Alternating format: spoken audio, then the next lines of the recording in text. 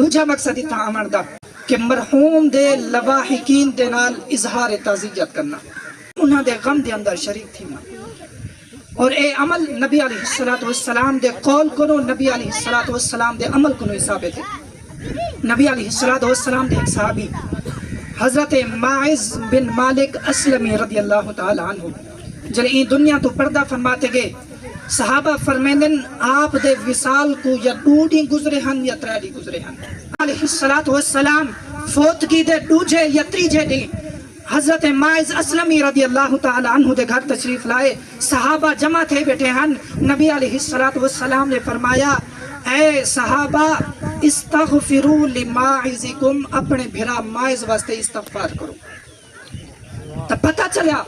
کہ نبی علیہ السلام چلتے گن میت والے دے گھر اظہار تعزیت کی تینے، انہیں دے غم دے اندر شریک تھن۔ اگر صرف مقصد دعا ہوندا او تو مسجد نبوی دے اندر ہی بہتے کر سکتے ہیں،